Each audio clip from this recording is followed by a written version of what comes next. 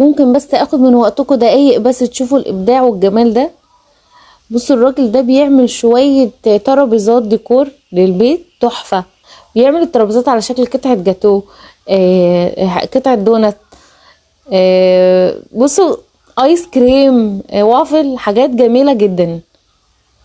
هو ده بقى فعلا نقول عليه فنان بمعنى الكلمة.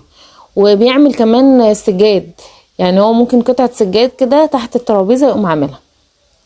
بصراحة من الفيديوهات اللي خدت قلبي، حبيته جدا. بصوا القطعة عاملة ازاي، بصوا القطعة دي كمان.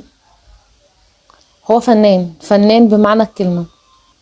بصوا جميلة جميلة، شوية ترابيزات تحفة.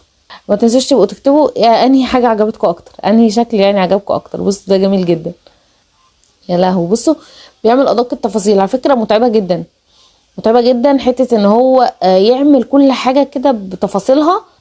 الحاجات دي بتاخد منه وقت ومجهود كبير جدا، بس النتيجة في الاخر بتضيع بقى تعب والمجهود اللي انا عملته ده كله بيروح بقى في الاخر.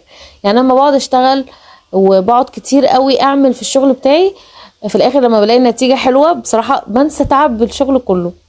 بس بصراحة مبدع مبدع.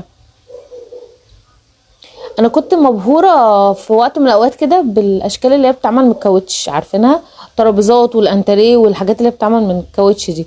كنت مبهورة جدا بالاشكال دي. بص هو بقى بيعمل، مش عارفه بصراحه ايه الماده اللي هو بيستخدمها، بس بصراحه ما شاء الله ما شاء الله.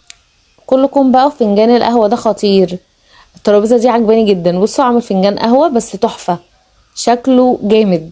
بحبكم كتير قوي. انا شيماء غريب. لو انت اول مره بتشوفيني ما تنسيش تحطي كومنت رساله شبهك ولاكشن بيرفع معانا الفيديو. اشوفكم ان شاء الله فيديوهات حلوه كتير تعجبكم. مع السلامه.